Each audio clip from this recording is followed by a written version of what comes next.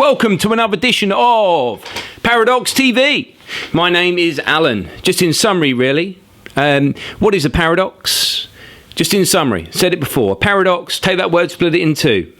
Para meaning beyond, dox meaning belief. So actually what we're talking about here is Beyond Belief TV, because let's be honest about this, we live in a paradoxical age, a paradoxical world.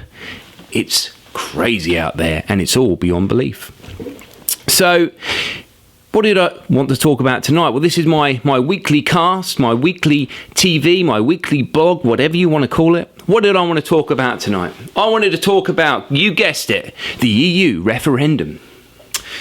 Yesterday was celebrated 4th of July in America, that 1776, the people voted in 1776 that they had had enough of the current time. They'd had enough of taxation. They'd had enough of being treated like second-class citizens. And they made a decision that they wanted to stand up. They wanted to come up with a constitution. They wanted to come up with an ideal. They wanted to say they are one people under God. Pursuit of happiness, all the different bits of bobs. And do you know what this country's been crying out for an age? It has been crying out for our own Declaration of Independence, our own lives back, where Britain can be Britain. You know, the last couple of weeks have been quite crazy, and not just in a political sense, but and certainly as we're going along sense, but with the weather. You know, I've been out in glorious sunshine, and then all of a sudden, with no clouds in the sky, it started to rain. And what I believe that represents is it represents how this nation's feeling. We're feeling a little bit lost. We're feeling a little bit leaderless. That's how we're feeling. And I think that it's a sad day when on the 23rd of June, we voted to leave the EU. That's not a sad day, just so you know. But when we voted to leave the EU, the very next day, Article 50 should have been imposed. And instead of that, we had a leader who, before he got into office, was a Eurosceptic. And as soon as he got into office, was Mr. Pro-Euro. Yeah, regardless of whatever he says. You know what, Mr. Cameron, at first I thought to myself, well, you know, I'll give the guy his due. He's lost the battle. What he needs to do, you know, he needs to go. But you know what, Mr. Cameron, what you should have done? You have still been elected. I gave you my vote to vote for you, and I feel like you're a fraud. I feel like you're a fraud. I feel like you're just the same as all the other politicians. You just say what people want to hear, and then you back straight down. Looking at it from a higher purpose point of view, you know, when we sit back and analyse what's been going on over the last course of the months and with you know, Project Fear and all the other stuff, not just from the EU Pro campaign, but also the EU Leave campaign. However, I do think there was a lot more fact in relation to the EU Leave campaign than there certainly was the EU Remain campaign. But to me, it feels like you have two people, okay? We had in one corner, in the blue corner, we had Mr. Cameron ready to come out punching. And in the red corner, not red for any particular reason, you call it orange, purple, whatever you want. But in the pink corner then, we had Mr. Johnson. And here's the interesting thing. Mr. Johnson kind of plays the clown a bit, even though he's a very intelligent guy, but plays the clown a bit. And you know what's fascinating? The fact that Mr. Cameron got knocked out in the 12th round with an uppercut, a 52-pound uppercut, and got knocked out. And then, as if by magic, the person which should have then taken us on the journey along the voyage, Mr. Johnson, then mysteriously backs out of ever running, or certainly in the near future campaign, running, never running as to be our Prime Minister. So you have to wonder, is this all set up? Because on one side of it, on the Thursday morning, we had Believe in Britain, 23rd of June, if you want, and you believe in Britain and you want it so badly, believe and vote out.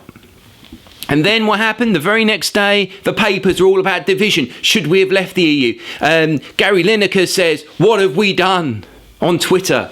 Yeah, all these different people who matter not, because they're all just part of the same regime. Yeah, they're all just part of exactly the same thing. So we're now in a position where we've got 5 people that are going to be our Prime Minister. And what's really sad is that the front runner, Mrs. May. And now if you're not aware of the state of the United Kingdom at this point in time, even though we voted to leave on the 23rd of June, yeah, they haven't enacted Article 50. So, which means that they haven't begun the process yet. And what they're saying is, you know what, we're gonna wait. Let's wait for the new PM to get elected. Let's wait. Let's just wait. Let's hold on. But then what happens is, the new PM, I can tell you what's going to happen from a country mile away. Because I was right exactly with what would happen, the fact that we would vote to come out. And I was exactly right with the fact that they're turning around there and saying, oh, hold on, let's calm it down, Yeah, or I don't know. So Mrs. May, who is going to be our new Prime Minister, whether you like it or whether you don't, unless there's some big involvement from another higher power. The lady who, according to the Telegraph, said on the 26th of May, 5:09 p.m, Mrs. May hails benefits of Sharia as inquest sets up into misuse of Islamic law, and goes on to say that although sometimes women may feel exploited because the law is misused in this country, actually it's been a massive benefit to the UK. It's been a really big benefit to the UK. I'm really sorry, Mrs. May, you puppet on a string. Really sorry, because I was confused. I thought we had one law here. I thought that we had one law. I didn't realise that we were dueling with laws because of people's religious views. I thought that we were a Christian nation. I thought that that's where we set our ideal upon. That our laws were based on a doctrine which was designed well before anything could have come out in any other book. So I'm really sorry, Mrs. May.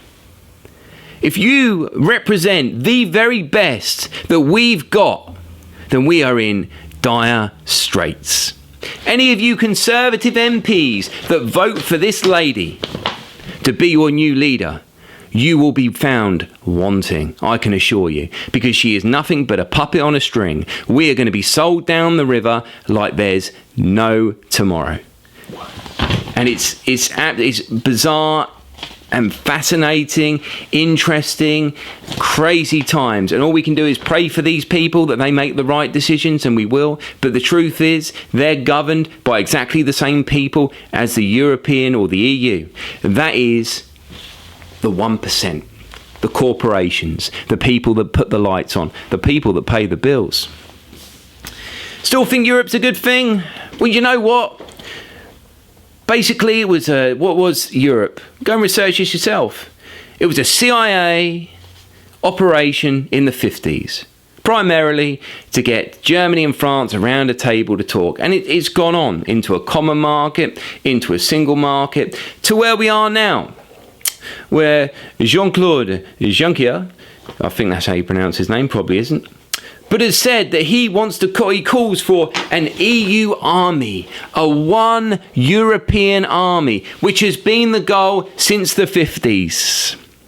Mr. Cameron came out and he said his last speech to the EU, where he was cheered and all the rest of it. He came out and said, do you know what? Britain wants to leave the EU because they're worried about immigration. And that's the main reason. And let's be honest about it. That's part of the challenge. But you see, Mr. Cameron, I haven't got any problems. Me as a citizen, and I think I speak for other people as well, I haven't got any problems with someone from another country wanting to come to our country to work here, adopt our laws, live in our the way that things are designed, and honour the laws which are set out. I don't have a problem with that. And I don't think a lot of people do. The truth of the matter was, why I voted to get out of the EU is because it's rubbish. It doesn't make any sense. A one world currency No, it's not going to make any sense, which is the euro. Yeah, the idea that America's done in cent. Well, what is the euro done in cent? It's just all the United States of Europe. It's rubbish. It doesn't work. Countries that have got in, first it was because of trade, then they just let countries in. And slowly, everyone's just been bought off and bought off and bought off and bought off. Until we're in a place now where all countries are so smashingly out of debt, they can never pay the money back. And for us just to pay and service our debt every single year in interest alone is £55 billion. £55 billion.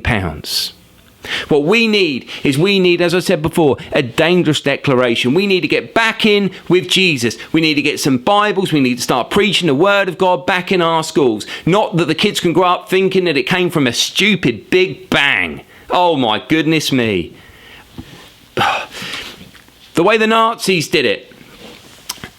You make a really big lie. Big Bang. Evolution, whatever it is, moon landing, whatever it is, September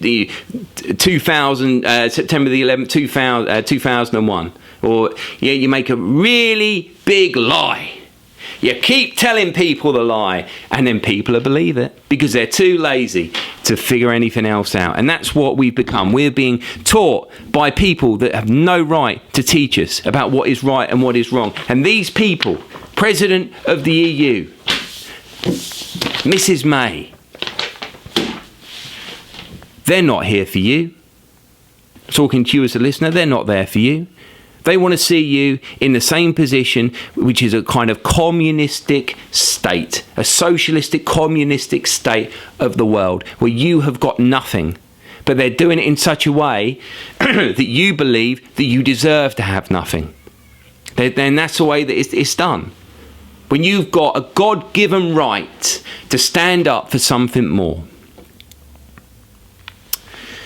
We've got some interesting days ahead because, as I said, we're being sold down the river, puppets on a string. Yeah? Who's going to win? We already know, it's already written. So this is what we need to do.